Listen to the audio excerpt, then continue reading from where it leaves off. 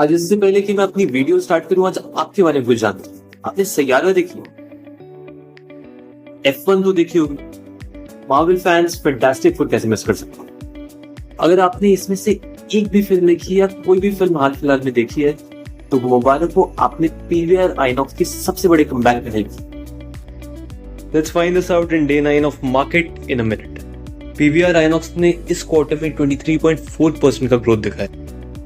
सिर्फ इस क्वार्टर में बॉलीवुड ने 500 करोड़ के ऊपर की फिल्में दी हैं। पर ऐसा क्या हो गया कि पीवीआर को कमबैक की जरूरत पड़ गई? आपने सुने होंगे statements like Bollywood is dying and Hollywood is bleeding. ये स्टेटमेंट्स एक्चुअली स्टैटिस्टिकल है।